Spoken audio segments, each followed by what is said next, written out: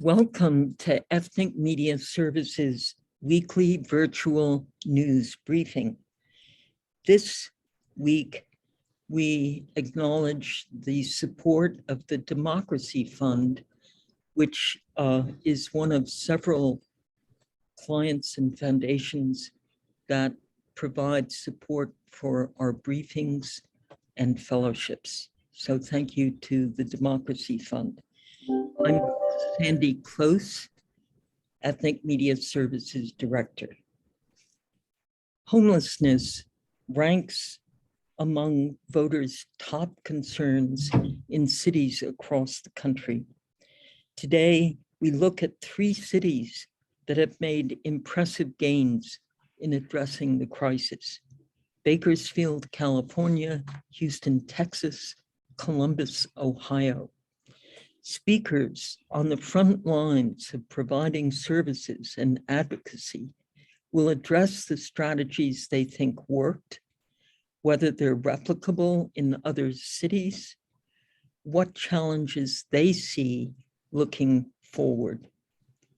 Our speakers include Mary Scott, Executive Team Leader of the Open Door Network in Bakersfield; Catherine Villarreal and Anna Rausch of Houston's Coalition for the Homeless; Marcus J. Salter with the Community Mediation Services of Central Ohio and the Coalition for the Homeless in Columbus; and Matthew Lewis, Director of Communications at California YIMBY, also known as Yes in My Backyard. Thank you to our distinguished panel for joining us today. We will send extended bios to everyone along with a video of today's briefing. Please speak slowly for our interpreters and monitor the chat box for questions from reporters that you feel are particularly relevant to your experiences and expertise.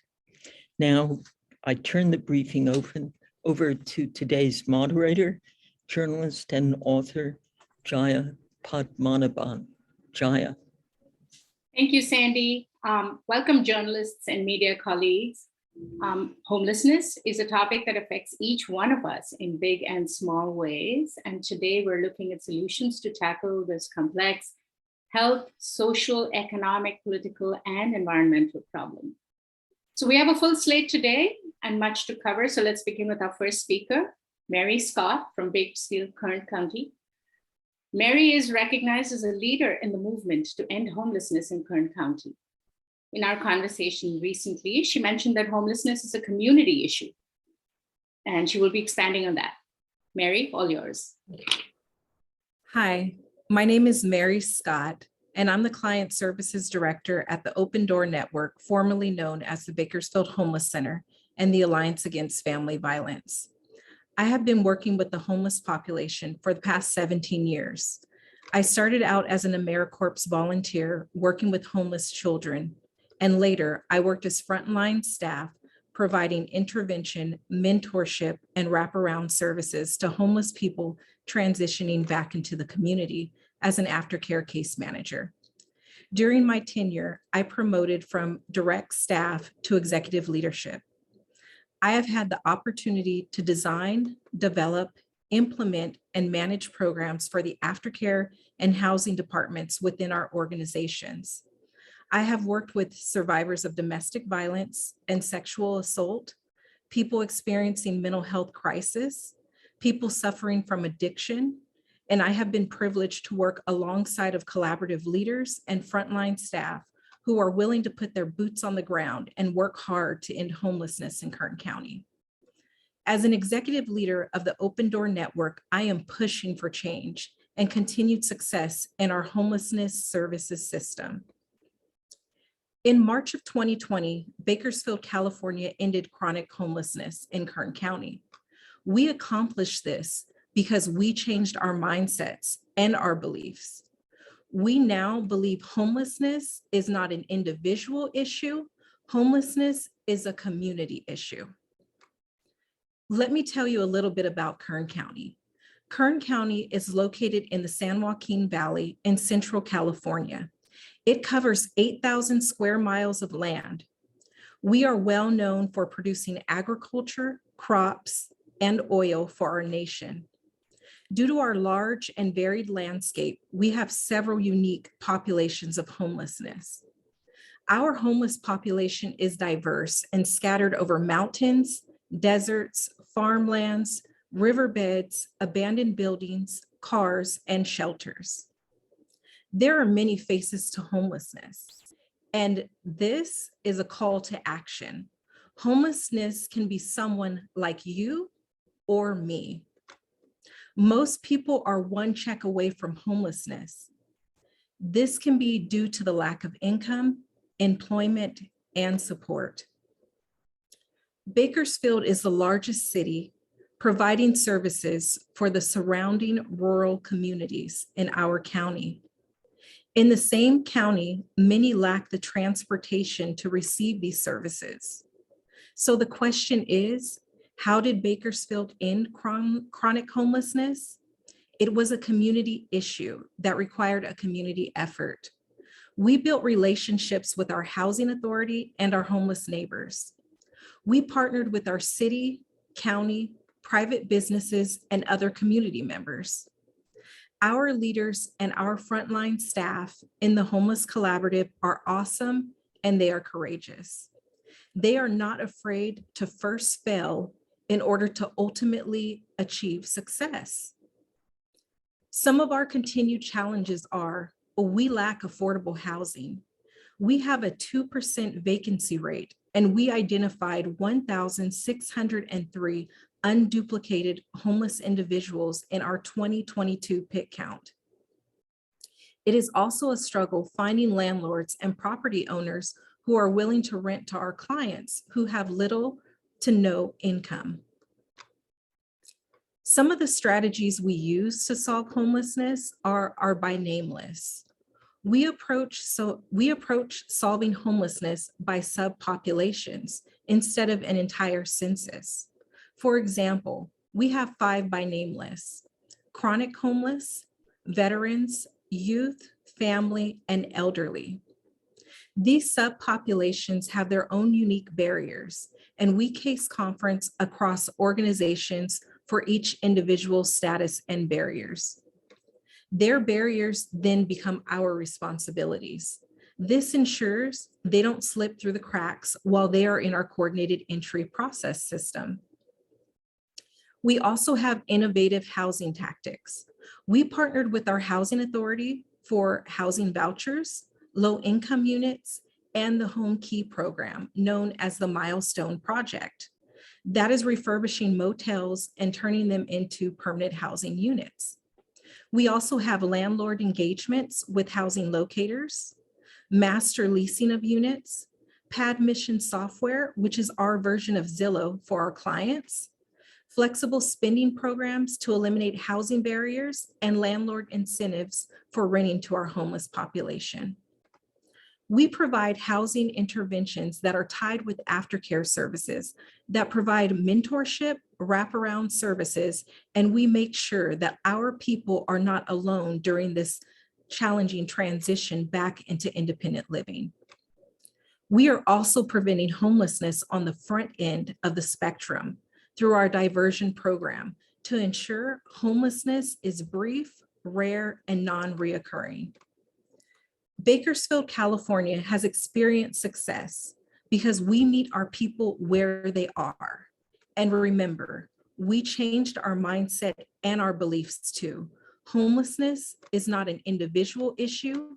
Homelessness is a community issue. Thank you. Thank you, Mary. A couple of questions come to mind. First, let's talk about what does chronic homelessness mean? And what do you mean by ending homelessness? So chronic homelessness is when someone's been homeless for 1 consecutive year. And then also if they've had 4 episodes of homelessness and they have a documented disability. So that's the definition of chronic homelessness. And ending homelessness for us is providing supportive services with permanent housing for them. And like I said, we have put ours into subpopulations in order to end homelessness. And so far we have ended chronic homelessness. And, it is said that Bakersfield is the first county in California to end chronic homelessness. Mhm. And there was the idea of functional zero was offered. What does functional zero chronic homelessness mean? So functional zero is when you have reached 3 or fewer persons who are homeless and they're now housed. So it's not exactly zero, but it's 3 or fewer people. And that has come with the partnership of Built for Zero with Community Solutions, who has partnered us and who has very innovated and provided support to us to end homelessness. How long does it take for a person experiencing chronic homelessness to be housed in Bakersfield, Kern County? So actually with that, it varies. Sometimes their barriers may come from them not having social security cards, identifications. So we do have to work towards that. So far, homelessness, it does vary. Sometimes it can go from 120 days to the most about 225 days. That's from the time of engagement on the street to the time of permanently housed. Okay, one of my last questions before we'll turn it over to the audience. Could you expand a bit about the name list? It's a fascinating idea that, you put names and you could you talk more about that? Yes. So the by name list is basically taking your whole entire list of homeless people that you come encounter with. We basically keep a census of those names. And what we do with this by name list, instead of looking at this list and people becoming numbers to us, we personalize it. And these people become names. And since we do case conferencing as organizations rather than by ourselves, we have divided them into subpopulations. We currently have 5 of them. So we'll have those who are chronically homeless with the definition I gave earlier. We have them on one list. We have a veterans list. Then we have a youth list. We also have our elderly list and a family by name list. So basically what we do, we'll case conference with the different organizations and we will go one by one to each person to find out what it is that this service provider is providing, where their status is, what are their barriers. And as organizations, we case conference and their barriers become our barriers. And we start taking responsibility and, practicing solving homelessness with each person. And that's what we did. And that's how we accomplished it. All right, let's go to the chat. Henrietta Burrows has a question. Henrietta, could you unmute? Thank you, Jaya. The stereotype, one of them about homelessness is that there are people who want to be homeless and that's why they're homeless. So I'm finding, have you found any potential clients who refuse your services? So yes, there are clients who do refuse our services for various reasons. It's unfortunate, but we have some people, who have mental health challenges to where they're not ready. The best example that I like to give people, when we come and we help the homeless, we have to get their identification. We have to get their social security numbers and all of this stuff in order to put them in a system, to get them housed, to get government assistance. So I always tell people when someone knocks at your door to sell solar to you, how many times do they have to engage with you before you give your personal information? So what we have to do is build those relationships with them in order for them to be willing for us to help them. So we kind of have to meet them where they are. And some of them are just reluctant to the service in the beginning because they're having to give all of this personal information to us that if you think about it, it's normally sacred to anyone. Thank you, Mary. And we have Emmanuel Ortico. He asks, can you repeat those numbers? Maybe we can send those numbers to you. Oh, definitely. Yeah. I can send numbers to him later. And Julia Dudley, could you unmute? Yes, can you? Okay. Hi there, Mary Scott. Thank you so much. Hi. This is wonderful to know that there's a cure to homelessness, and you must be a part of that team that is doing that. Great things.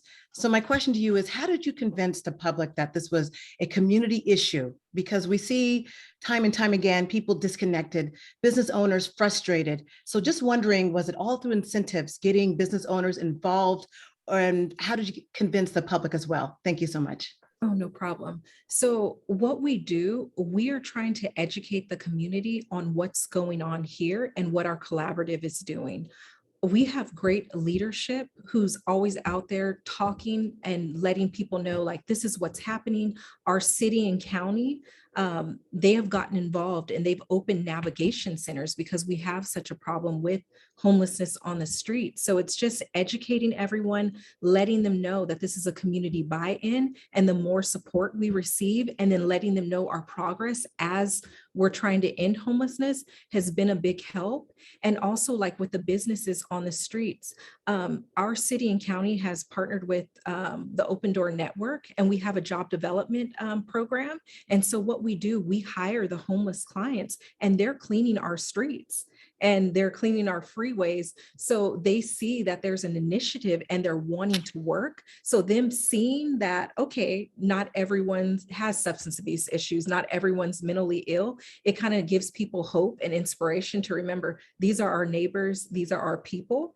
And so I think it's just educating the community and letting them know what your progress is.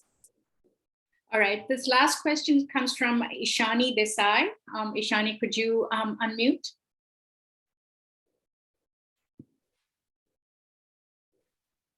Hi, thanks for picking my question. I'm with the Bakersfield Californian, which is our local newspaper here in Bakersfield. It was wonderful hearing all of these, how we got to this functional zero place back in 2020. But I'm curious, we're not there anymore. Mhm. And so what are sort of the gaps here that we need to fill in order to get back to that place? What else needs to be done? So what's happening currently, our leaders are working with, for example, a lot of our frontline staff, we are working to educate them more on what sustaining functional zero is, giving them the definition, and then also putting more of the numbers out there for the community to know so we can stay where we need to be. And so we're noticing, like, what we have to do is start praising people, because they don't get enough praise for the work that they're doing, because we see that homelessness is a big issue. So for those who are working hard, we're trying to educate them and say, hey, this is what functional zero is. You're getting support, providing extra praise and letting them know, and just praising them for those achievements. And like you said, our numbers aren't at functional zero anymore. Currently, we are at 8. So we just need 5 more people to be housed, and we will be sustaining it.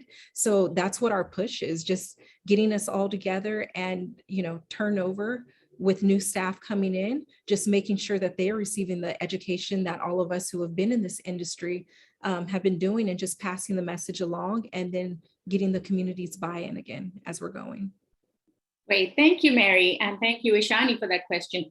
Now we move to our next speaker, Marcus J. Salter, who's on the board of the Columbus Coalition for the Homeless. And he has 22 years of work on the front lines of homelessness, and has gathered valuable insights, which he will share with us today. Marcus?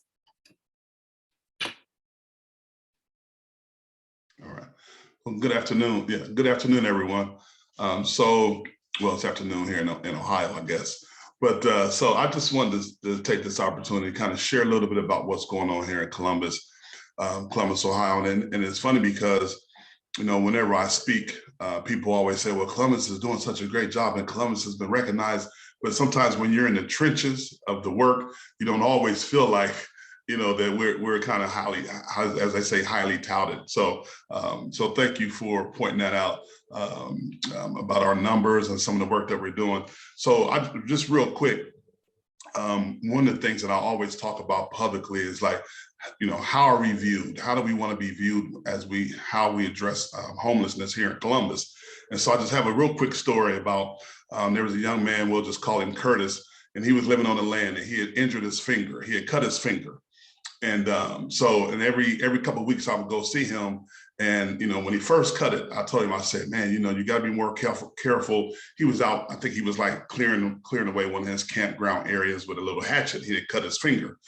And so I went back a few weeks later, he had a Band-Aid on there. I'm sorry, he didn't have a Band-Aid on. So he didn't have a Band-Aid on. He had a real dirty kind of rag on there. And I told him, you probably need to put a Band-Aid on there. And then I went back a few weeks later, it was infected. And then I went back, I lost contact with him, saw him again, he had lost that finger, right? And so one of the things I associate that with, what are we doing here in Columbus, right? So are we doing any kind of prevention? So do we want to prevent someone from injuring their finger, right? How do we do that? Do we do that through education? Do we do that through some preventive type of procedures and mechanisms to help people prevent homelessness, right? Second of all, do we want to be recognized as just someone or a city who just puts a Band-Aid on that cut, right? So are we just putting a Band-Aid on that finger? Are we just trying to cover up, some of the pain and some of the stuff that's already happened to individuals who become homeless? And then the third thing is, or are we being recognized, or do we want to be recognized as a city who has allowed that finger to become infected and now it has to be removed? Right. So, when I ask that question publicly, people always say, well, we want to be in the front end on that prevention side. So one of the things that we want to talk about Marcus, is— may I interrupt? Could you go Yes. slower for the interpreters, please? Okay, I will. Sorry about that. So when I ask that, question publicly, people say, well, yes, of course, we want to be on the front end. So one of the things I think Columbus, what we're doing very well here, is we're trying to get ahead of the curve. So one of our main players in the city, one of our main partners is the Community Shelter Board. So the Community Shelter Board has developed what they call it's a homeless prevention network. So pretty much the homeless prevention network is a collaboration per se. Most of the housing providers, mental health agencies, anyone who has something to bring to the table how we can kind of curb our numbers around homelessness. So the Homeless Prevention Network, their big goal, their kind of big picture kind of stuff is that it's a formalized way to collaborate with each other. So one of the things that we have realized that during the pandemic, when we came on the other side of the pandemic, we realized that, that the collaborations, we really have to increase our collaborations and how we network with each other. There's a saying that we have here in Columbus, and I use it quite a bit, that we have, we're resource rich, but we're connection poor, right? So a lot of times we have people who are in the system, a lot of times we're all doing the same work, but we may be doing it at different intervals, different angles, different positions. And if we can bring it together, I think we can definitely better serve the community. So the Shelter Board, with their Homeless Prevention Network, they also meet families where they are, right? So individuals who call in, they get calls. There's a network where people can call in and even almost report people being homeless. People can self-report being homeless. And so that's another process where they meet families where they are. They also, it's about getting that risk, right? So addressing those families who are at risk, addressing them in a quick manner, connecting them to necessary resources that kind of help them get over the hurdle or barrier that they may be facing. And it also helps we target the resources, right? So a lot of times a person may be homeless, but they may only need a particular resource. Sometimes as us as service providers, we want to kind of bombard the whole family or bombard that one particular client with a lot of different services where they only may need one of our services. So we really want to quickly target that in a quick manner. So we also want to reduce the demand in the homeless shelter. Our homeless shelters here in Columbus, Ohio, we have 5 single adult shelters. So we have Faith Mission, which is on Grant Street. We have Faith Mission on 8th, Nancy's Place, Friends of the Homeless, and the Van Buren Center. So we have 5 single adult centers, and we have 2 family shelters.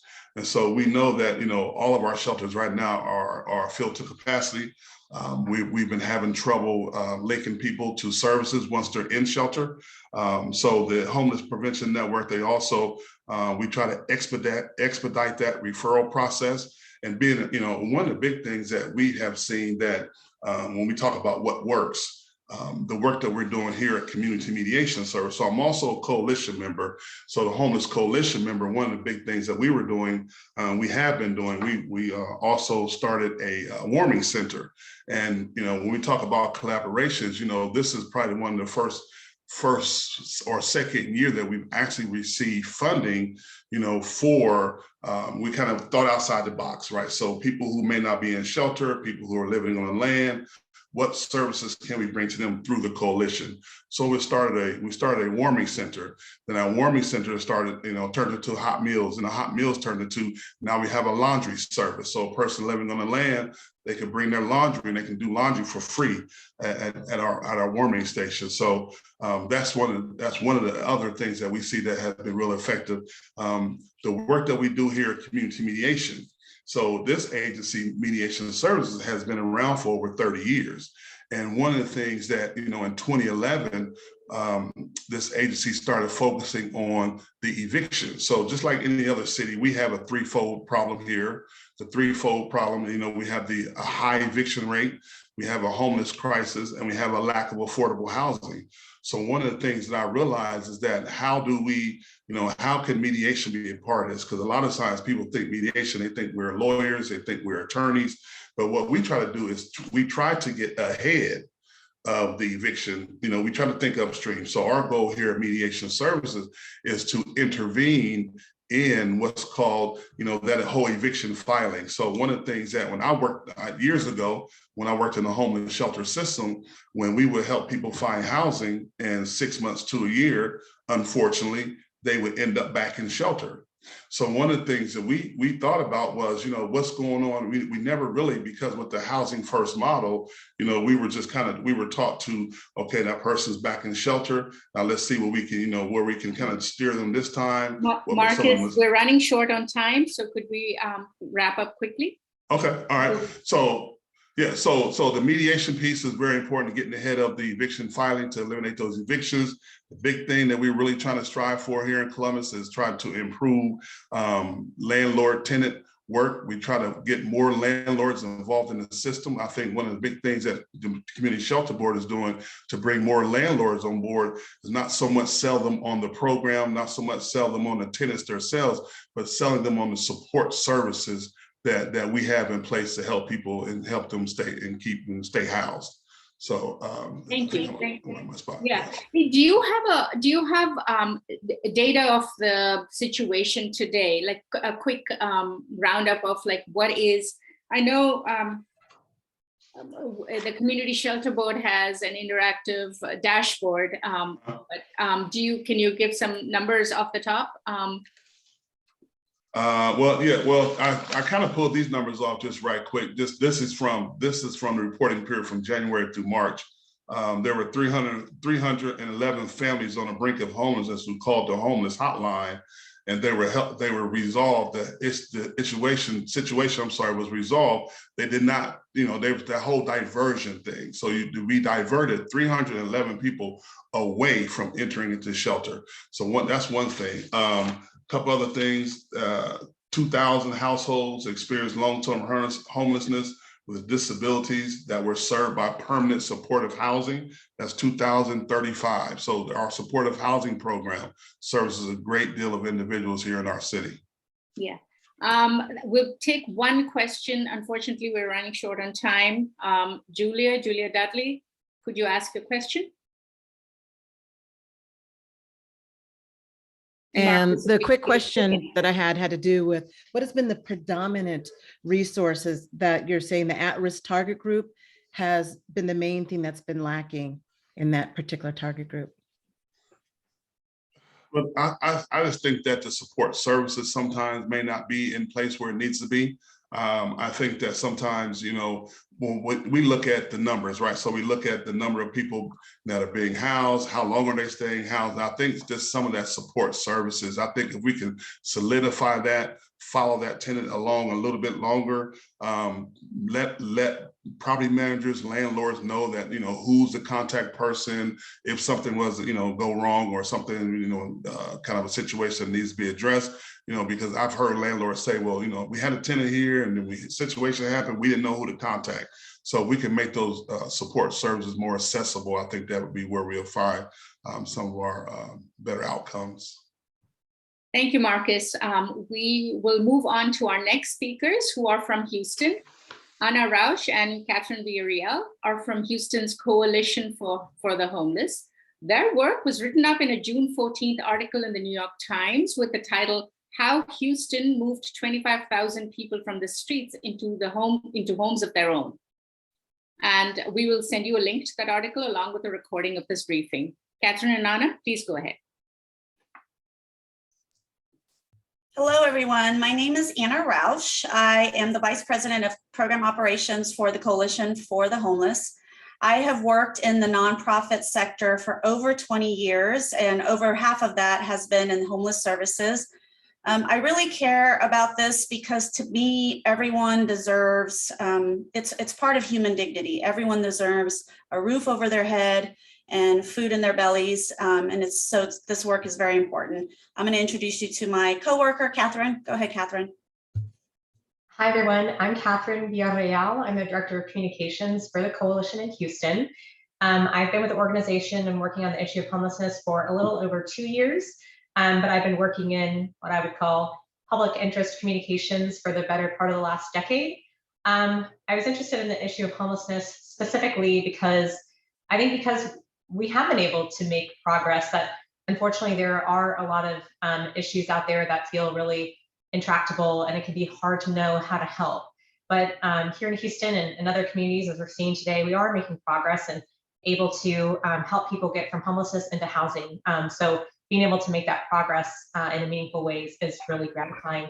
I'm going to quickly introduce our organization and our system, and then I'll hand it over to Ana to get into some more of the particulars. So Ana and I work for the Coalition for the Homeless of Houston and Harris County. We're a 40-year-old nonprofit. We're celebrating our 40th anniversary this year. And we're a systems level organization. I'll talk a little bit more about that in a second, but it means we're not a direct service provider. We have a little bit of a different role. And we are the quote unquote lead agency to the Way Home. And the Way Home is our name for the local homeless response system in Harris County, Fort Bend County, and Montgomery County. So a very large geographic area down here in Southeast Texas. But the Way Home is more than 100 different partners, including direct services providers, also governmental agencies, and mental health authority, all different kinds of folks working together to end homelessness in our region. And as Ana's going to talk about, it is that partnership that has been so crucial in the progress that we've been able to make in our community ending homelessness.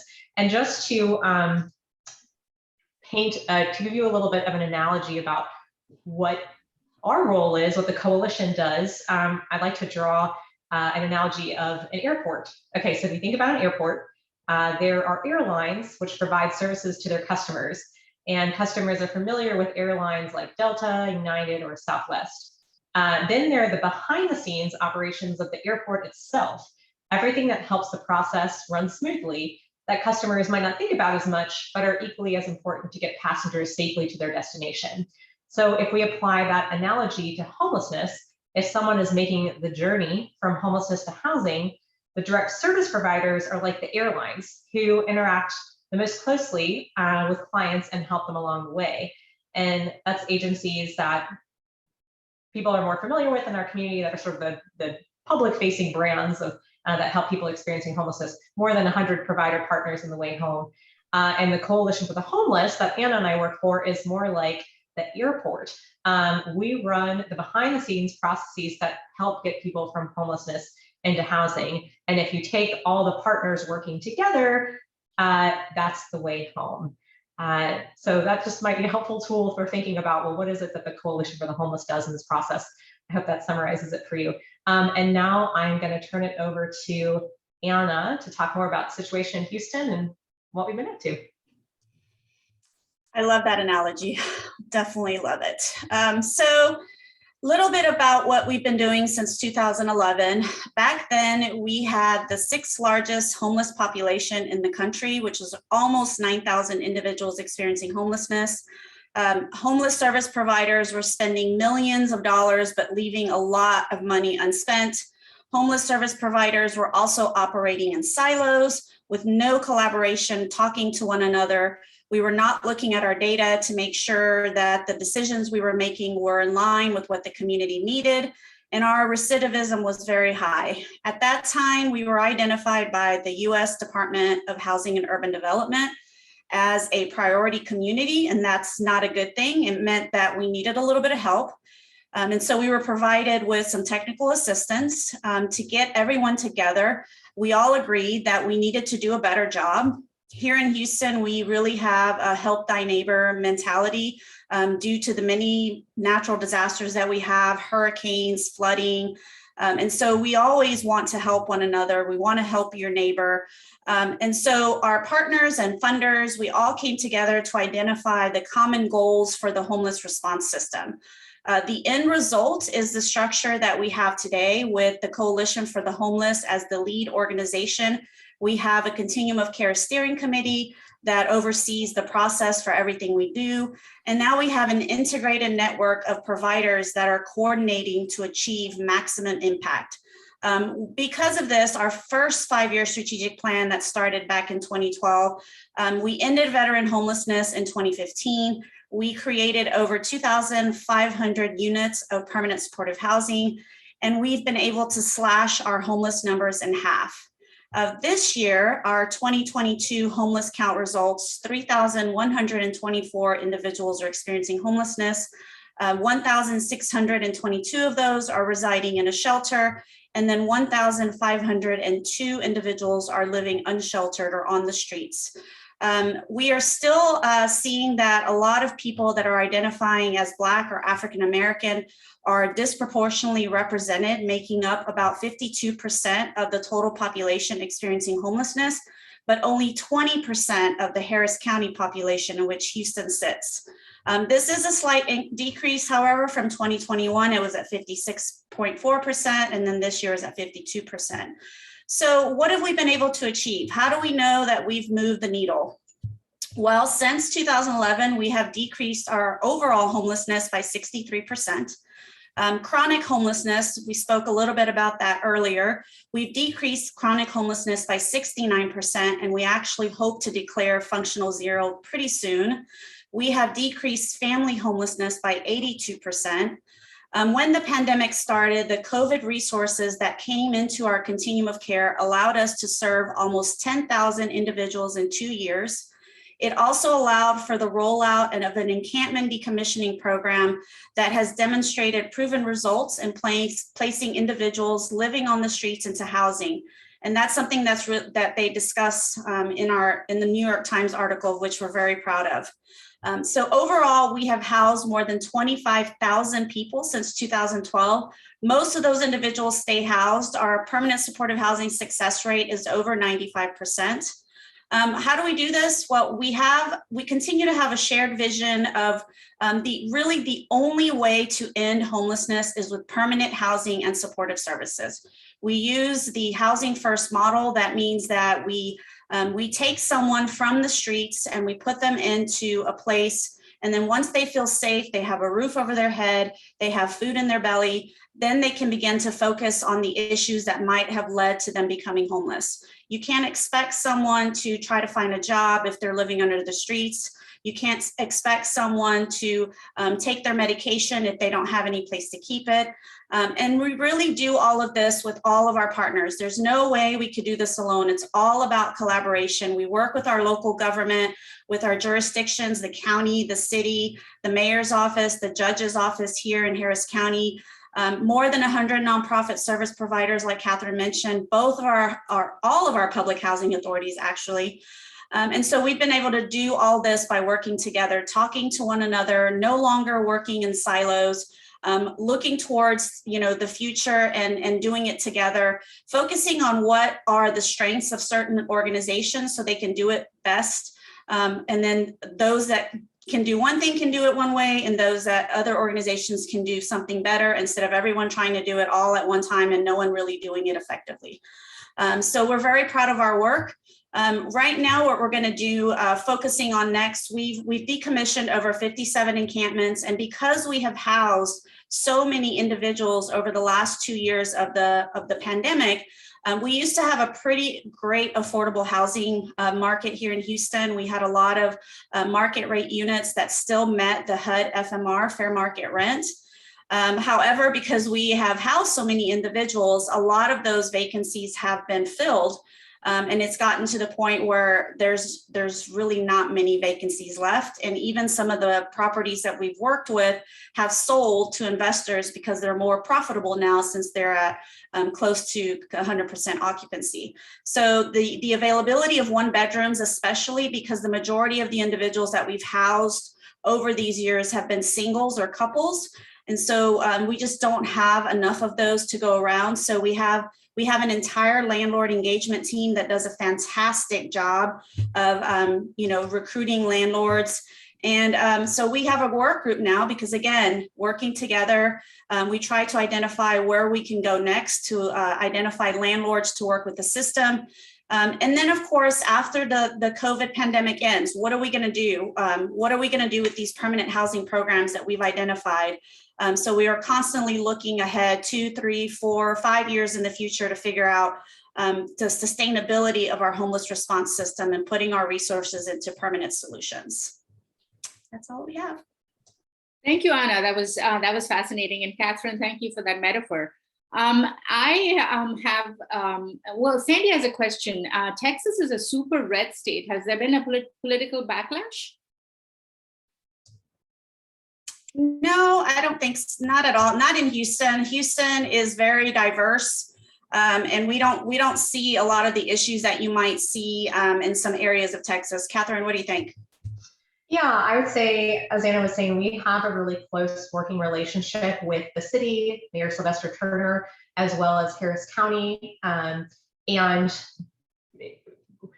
our governor doesn't quite believe the same things that we believe when it comes to addressing homelessness. And some of y'all might be aware that there was a law passed at the last meeting of the Texas state legislature that essentially criminalized homelessness, that was seeking to kind of crack down on encampments. And I will say we do not share that belief. We do not believe that that is an effective way to prevent or end homelessness. We know that the right way to address homelessness is to put people into permanent housing, as we've been talking about. And we think cracking down on encampments that way just moves people around. It doesn't solve anything. And so that's why we are so glad to have the support of the city and the county in using, as Anna mentioned, an approach to decommissioning encampments that involves offering a permanent housing option to everybody. We'll take a question from the chat. Emmanuel Otico has a question. Could you unmute? Yes, my question is, you mentioned investors buying up housing. Is that a big problem in the Houston area? I know in California, one of the biggest problems is because we see investors spend a lot of money on housing and driving up the market. And the issue is the wages are simply not keeping up with the rents, and that's what pushes a lot of people on the street. Do you have that problem in Houston? We don't have that problem. We hope that we don't have that problem. We are at a crucial moment now that I think the community needs to act. We all need to work together to figure out how we don't get to that next step where the rents are starting to get so unaffordable that people can't live in them. So when we're able, of course, the rents have gone a little bit higher over the last couple of years of the pandemic. But I will say that when we do find a unit, we're still able to meet that fair market rent. And with some of the waivers that have been in place, our housing authorities can still pay the rent. And some of our housing programs can also still pay the rent. What's happening is that the investors are buying up the properties, and sometimes they no longer want to work with the homeless response system. But we think that's more of an education piece, that we just need to work with them to help them understand that these individuals are not just getting dropped into a unit, that they're getting the support services that they need. So those are some of the issues that we're dealing with. One last question before we move to the next speaker, Pilar Marrero. Sorry, I wasn't able to unmute. Okay. Thank you so much for the briefing, wonderful briefing, Yaya. My question is, how do you deal with the community? So we see sometimes resistance from the communities where you place the formerly homeless. There is a plan here in LA. Somebody presented a plan here in LA to create a new homeless center in a former Sears big store in Boyle Heights, where I live, which is in East LA. And the communities, a lot of people in the community were just upset. They don't want it there. So how do you deal with those communities and those issues? LA's housing homeless population keeps going up. I would say for me, I like to present facts, right? So, we can say that individuals that are experiencing homelessness are more likely to be victims of crime than perpetrate the crime. It's a stereotype that people that are experiencing homelessness are, drug addicts and out to do no good. So that's one thing, just look at the facts. An example that I use in my own neighborhood, there was, a group of individuals living peacefully, unsheltered in a small encampment behind some wooded areas. I knew they were there. I had gone many times with outreach teams to engage with them. They never bothered anyone. No one knew they were there except the service providers.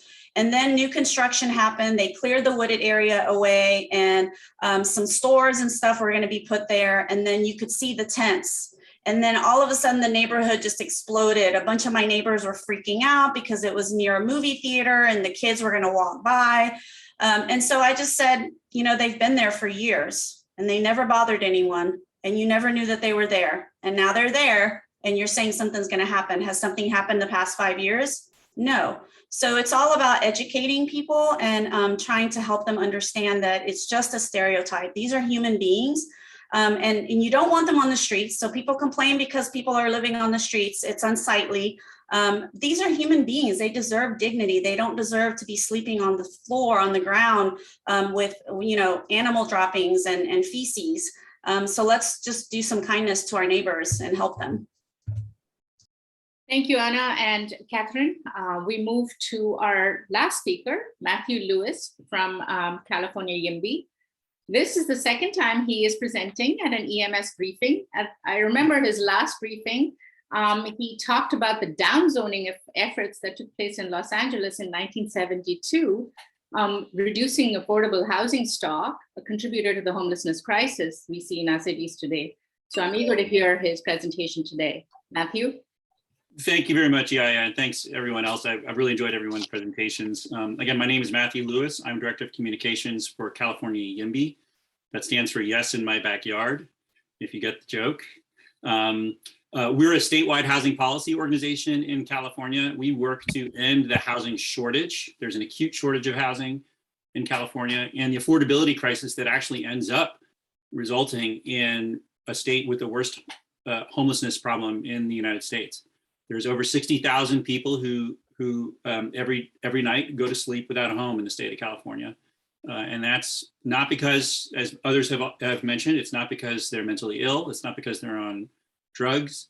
It's not because they're criminals. It's because they lost their homes. And so I'm going to talk for a minute about how we got here. So I'm going to share my screen if that's okay and talk. I actually just have one picture that I want to share for perspective here. Let's see. Can everybody see this picture? Yes? Yeah. Great. Everybody can see this? Okay. So what you're looking at here is the history of housing production over the past 30 years. If you look at the chart here, what this shows is the number of permits that have been issued for new homes. And there's something that becomes apparent. We have folks from all over the country here who will find something familiar. the first thing that becomes apparent is if you look down here at the bottom at Los Angeles, New York, San Diego, San Francisco, these are the cities that have had some of the greatest amount of job growth and economic growth in the country over that same time period.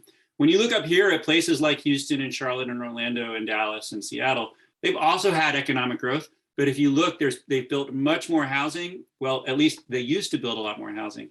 What you see is this green dot on the left is what was going on from 2008 till 2018 after the economic crisis and the mortgage crisis of 2008.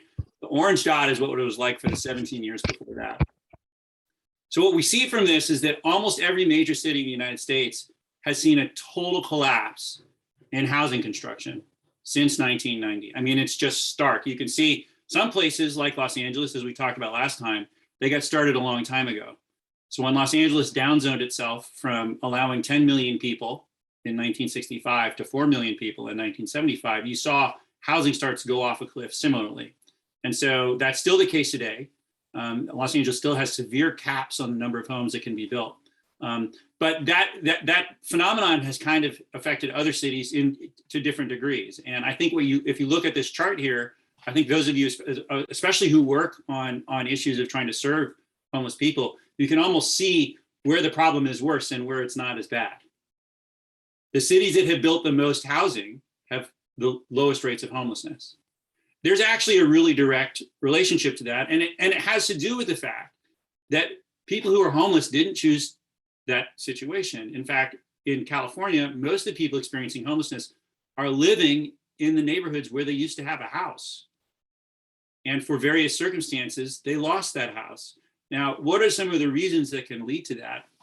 The common ones that we hear about, and this isn't what we focus on, but we do work extensively in partnership with groups that try to address this issue, is the sort of same problems that Americans face all over the place, which is you have a medical emergency. And so suddenly you have a bill that's like, I have to choose between paying the doctor or paying the rent. You have a family crisis. You have a loss of a job. And so within a month or two, you're losing your home. Now, under ordinary circumstances, if there's an abundant supply of housing, those pressures might be a little bit less. You might be able to talk to your landlord and say, hey, can you give me an extra month? But in California, the shortage is so acute that landlords and owners have no incentive to work with tenants who fall on bad times. They can say, you know what? I've had 50 people ask me about this unit. All of them are willing to pay more than you are. It's time to move on. And that drives a huge amount of homelessness in our state. I'm going to tell a little bit of a personal story about how we got here and what California YIMBY is trying to do. So I am a homeowner in Berkeley, California. I'm very lucky. I can't even tell you how fortunate I am to be in that situation. There's plenty of room for housing on my block. So it is a neighborhood that is largely low slung. There's a lot of single family homes, but up until about 1980, it was also legal to build multiplexes, duplexes, fourplexes, 10-unit flats. At the end of my block, there's 2 Section 8 apartment housing complexes that have about 15 to 20 units each. It's a fine neighborhood. Everybody's very friendly. It's great. The problem is that at the time when Berkeley downzoned in the early 1980s, late 70s and early 80s, it said, and this was largely the result of frankly, a racist backlash to infill housing in the flat areas of Berkeley. We don't want those kinds of people in that kind of housing in our neighborhood. So and this also happened in Los Angeles, by the way. This wasn't just a Berkeley phenomenon. It happened in San Francisco. It happened in San Diego. It happened in every city in the country. You can walk around Berkeley and you can see these multiplex apartments in places where they're now illegal to build. So for example, on my block, across the street from me is a 10-unit apartment building that would be illegal to build today. It's actually owned by a church. And for various reasons, the church, people moved out of it in the early 1990s. The church didn't have the money to refurbish it. It's at vacant for over 25 years. The main reason that happened was because by the time the church had gotten together a proposal to actually allow people to move back into the building codes had changed. And they were no longer allowed to keep it a 10-unit apartment because guess what? Only 1 or 2 homes is allowed on each lot in this neighborhood as of now. That building that had 10 apartments in it when it was built in the 1950s is now illegal to build on the same lot where it still exists. So what did the church have to do? They had to go through 10 to 12 years of process to get special dispensations to the building code. They had to move some stairways around to meet the building code. They had to get a special permit from the city just to allow those 10 apartments to be rebuilt the way they are, up to fire code and all the other standards that you have. Now, the city was willing to work with the church, which was the good news. The problem is that the process took forever. So I'm actually very excited because in about 6 weeks, they're going to be leasing these apartments for the first time since about 1992. Replicate that process across the state of California, and you can understand why there's more than 60,000 people without a home every night. This state and our cities have made it virtually impossible to add housing in our cities where it is most needed. That includes neighborhoods where that same housing used to be legal. And in the case that I shared with you, it includes actual buildings that were legal to build in 1950 that now need special permits from the city if they want to do major renovations because they're no longer legal. So how did we get here? The history goes back, and we've talked about this, I believe, in the last session. Berkeley was actually the very first city in the United States to do racial redlining. So it was actually invented by a realtor here up in the Claremont district who wanted to create a very exclusive subdivision for white people. And the deeds to those homes said for white people. I'm Jewish. I would not have been allowed to live in this neighborhood in 1920 because the deed said no Jews, no Blacks, no Asians, no Latinos. Okay. These deeds are all over the place. And in fact, if you go to your county clerks, you can actually see this language in the old deeds. That process replicated across the country from Berkeley, where it's our great shame that we actually started redlining here in Berkeley. We've been trying to correct it. After the Fair Housing Act, though, redlining was, of course, illegal. So what did cities do? They did the downzoning. And you can see in this chart, I'm going to actually end my share screen. I think you've had a chance to look at it long enough. But as you can see, it had the desired effect. It dramatically slashed housing production in many of our most desirable cities. And so what you get is the sprawl of people moving. In cases of LA, they're moving to San Bernardino County, which is, if for those of you not familiar with Los Angeles, it is very far from LA. You drive east for about 2 hours and you're in the desert. It's very high fire hazard area. There's a water crisis out there. But this replicated all over this state. And so what we're trying to do at California YIMBY is reverse those historic mistakes. One of the jokes we have about cities like Los Angeles or San Francisco or here in Berkeley is that we're really kind of like a Back to the Future organization. What we'd like to see is for cities to re-legalize the kind of housing that used to be legal until, sorry to say, racist city leaders realized that multifamily housing results in integrated cities. And they made very deliberate decisions to not allow multifamily housing in neighborhoods all over those same cities. Now that's changed since then. I want to be really clear. Obviously, there's been a lot of economic growth across all demographics in the United States. So you have wealthy Asian neighborhoods, you have wealthy Black neighborhoods, you have wealthy Latino neighborhoods. It's not a question of those neighborhoods now just being still as strictly racially segregated as they used to be. But there's the legacy of segregation that lives on. And it lives on in these neighborhoods that say, we've got ours, we only want to allow one home per property. And when you have a growing city, especially a city that's adding a lot of jobs, the consequence of those restrictions end up, and as you work your way down the income scale, the people at the bottom, it's like a game of musical chairs. The music stops and they're homeless. And that's a policy choice. That is a policy choice. California has underbuilt based on job growth and based on demand in our coastal cities for 30 to 40, and in the cases of Los Angeles, for almost 50 years. This is not a problem that's going to be easily resolved, I'm sorry to say. And I really have a huge amount of respect for my colleagues and allies who do the very hard work of providing direct services to people experiencing homelessness, to trying to get permits and actually build supportive housing and transitional housing, and even just shelters in neighborhoods that don't want them.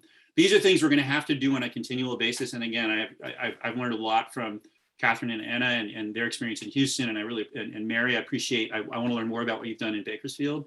These are things that are at the front lines of the receiving end of the crisis. But let's be really clear, a lot of the homeless in inland California are people who were pushed away from the coasts. or lived there, and people who were pushed away from the coasts outbid for the housing that was there. We're seeing this happening in Fresno. We're seeing it happening in Stockton. Fresno and Stockton are now bedroom communities for San Francisco and San Mateo County. These are some of the wealthiest counties and cities in the world. Okay. Fascinating, Matthew. Could we just quickly Yes. wrap up? Yeah. Yes. So California YIMBY works at the state level to try to reform the laws that have made it impossible to build this housing at all ends of the income spectrum. We're not just market rate housing. We think market rate housing has a huge role to play, but we also need more funding for subsidized and affordable housing. We need to make sure that there's not Section 8 discrimination, which is rampant across the housing marketplace. And we really need to break down the walls that cities have put up to allowing integrated, economically diverse communities. Thank you. And I request all the attendees to stay on for a few minutes. We're running short on time. I just want to take one last question from Orhan. Could you unmute? Yes. Hi everyone. Yeah, maybe someone has mentioned that, but my question is kind of simple. What is the main reason to have the new home house? So I know there is so many renovations in the house for the house, but the building houses, what is the main reason for this? And what's happening with the old houses in the city specifically? You're asking about windows? Was that what you're asking about? Not the windows, the building new home. Yes. Sorry, I'm not sure you might have broken up a little. I didn't quite get the question. I think what he's asking is what is happening with old houses? Yes. And also why we are building, what is the main reason to build the new houses? We have a shortage that is very severe. And so what we're seeing is housing overcrowding in Los Angeles, in particular, has the worst overcrowded housing in the developed world, is in LA, which means you have more than 2 people living in a house per bedroom, and that's adults, that's not children. So we really need to build a lot more housing to match our population growth and job growth. And I want to be also something that's really important. This is very different across the country. So you have some areas of the country that have seen dramatic increases in both population and job growth. You have other areas that have seen less. So the answer isn't the same everywhere. I want to be clear about that. So, but here in California, the problem is we just don't have enough homes. Okay, one last question for each of our panelists. And this would be a broad question, which is like, do you really think homelessness is solvable given the state the country is in today? Mary, do you want to start? I feel like homelessness is solvable, but we do, like how Matthew was stating, we have to change some of the things that started this whole thing. Like how he said, we have redlining. Also, we need the affordable housing. We have to refurbish some of the existing, homes that aren't being used, or buildings or motels. So I think it's solvable, but like I said, it's a community issue. We have to all pull together and change in order to make this possible. I definitely think it's solvable. I think, like Mary was saying, I think it has to be a holistic approach. Housing is more than just handing someone a key, but I think that, we need to increase our education. Once a person's housed, how do we keep them housed is going to be essential, and we need to build more. Catherine? Yes, I agree. I mean, I think, our communities have proven that we can make progress in solving homelessness, but it also depends on what we mean by solve. And I think, one thing we're striving towards is what they call an effective end to homelessness, right? That means that you can help people who fall into homelessness get back into housing within a fixed amount of time. But we, as a country, I think we should strive to do better than that, right? Like, we need to look at why are people falling into homelessness in the first place? And there are a lot of things that contribute to that. The criminal justice system, racism baked into a lot of what should be support networks. And it's very, there's a lot of work to be done. Once we can get to the effective end of homelessness, we're going to want to do a lot more work upstream to ask, why are people falling into homelessness in the first place? Anna, do you have anything to add?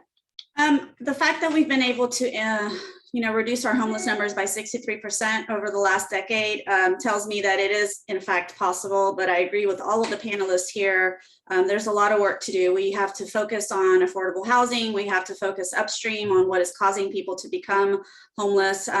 But we have to work together. It's not just one system alone. It's everyone working together. Matthew, the last word.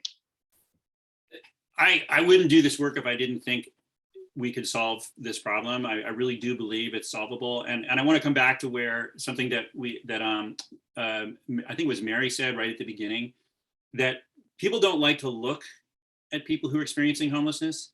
And that in and of itself, I think, tells you a lot about how solvable this problem actually is, because that's a fear response. It's not a rational thought through like, hey, why is this person living in a tent? It's like, oh my gosh, I don't want to look at this thing. There's a reason people don't want to look at it, because they feel ashamed.